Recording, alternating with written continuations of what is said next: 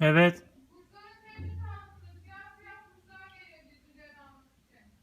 Gördüm, karga geldi. Geldi annesi.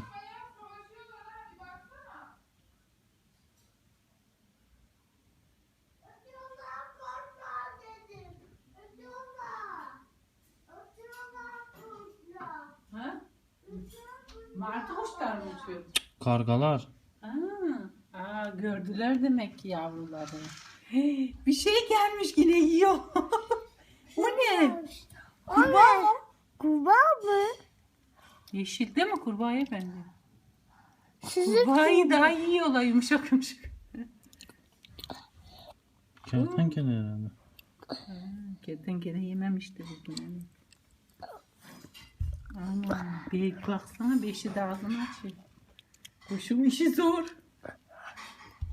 Nasıl besleyecek? Bu da kurbağa, bu da kurbağa.